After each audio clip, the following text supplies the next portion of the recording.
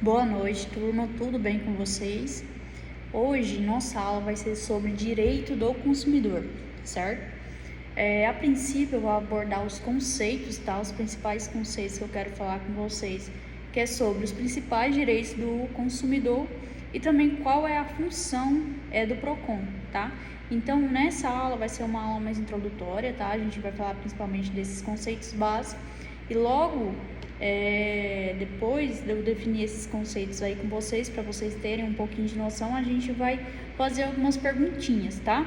Algumas perguntinhas básicas e também vou trazer 3 casos aqui para a gente debater, tá bom?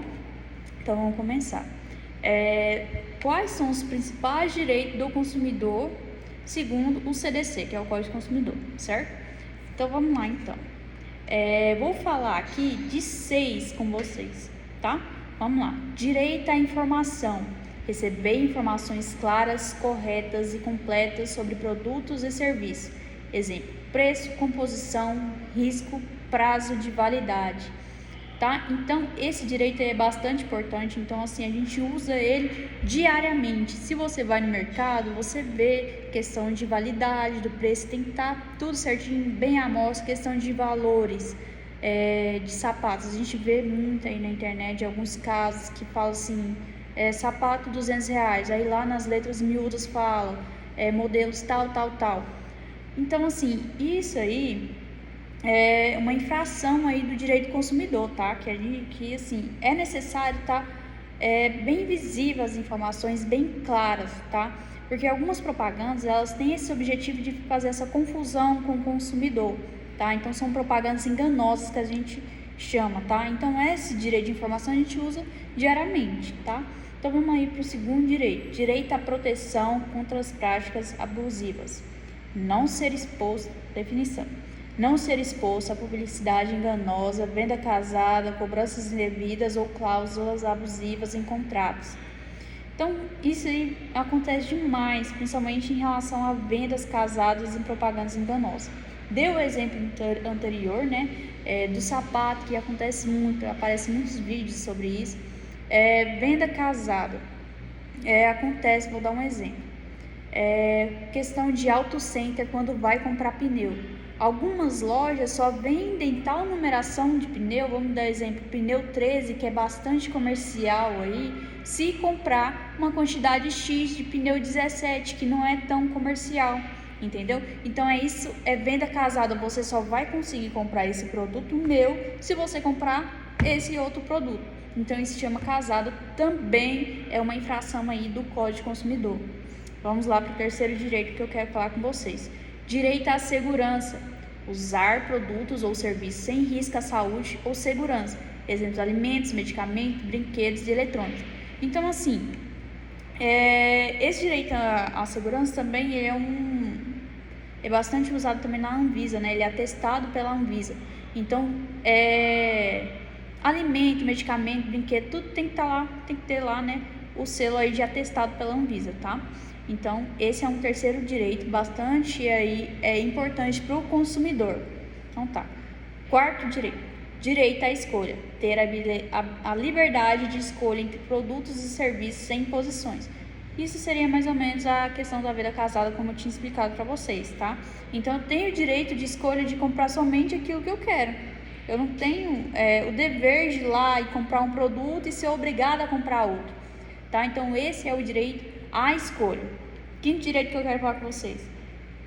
Direito à reparação de danos. Serem indenizados por prejuízos causados por defeitos em produtos ou serviços. Cara, esse direito é bastante importante. A maioria dos processos são em relação a isso, tá? Vamos falar aí de um celular, tá? Meu celular estragou. Eu tenho direito de reparação do meu celular. Eu tenho direito a outro celular, ou seja, reparação ou de um novo. Minha TV também. Carros seminovos também tem essa questão desse direito aí de reparação. A maioria dos carros seminovos tem aquele contrato de garantia somente de motor e câmbio, mas na verdade isso não é o certo, tá? Inclui também vícios ocultos. Então, seu carro estragou e passou do prazo aí de 3 meses, se for algum vício oculto, você também tem o direito, tá? Então, vamos lá. Sexto direito, direito ao arrependimento. em compras fora do estabelecimento, como pela internet, pode existir em até 7 dias. Então, assim, direito ao arrependimento. Eu comprei tal coisa e chegou, não era aquilo que eu imaginava, não gostei, arrependi, comprei na hora da euforia, então eu me arrependi e não quis. Então, assim, eu tenho esse direito ao arrependimento, tá bom? Outra questão que eu quero falar para vocês, deveres do consumidor. Então, assim, muita gente acha que o consumidor só tem direitos. Não, galera, a gente tem deveres também. Então, vamos lá, vamos falar de uns mais importantes aqui. Agir com boa fé, não tentar enganar o fornecedor ou tirar vantagens indevidas. Então, cara, se você agir na má fé, vamos dar um exemplo. Meu carro estragou por minha causa e eu ir lá exigir a garantia. Estou agindo na má fé. Eu posso levar um processo em relação a isso, tá?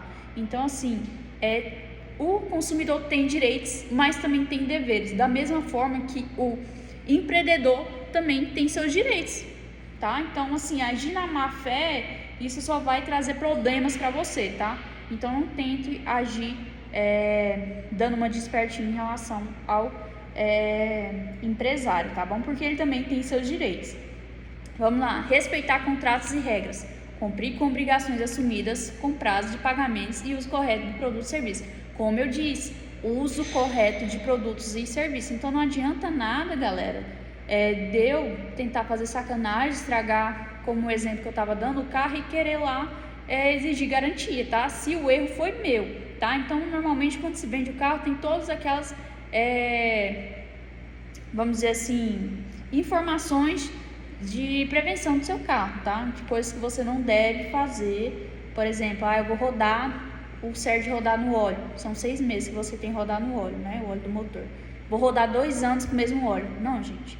Isso aí não pode, tá? Vamos lá. Reclamar de forma adequada. Buscar a solução primeiro com o fornecedor e, se necessário, acionar órgãos de defesa. Certo? Então, isso aí é coisa básica. Vamos agilizar um pouquinho aqui, né? Compreender o papel do órgão de defesa como o PROCON. O que é o PROCON?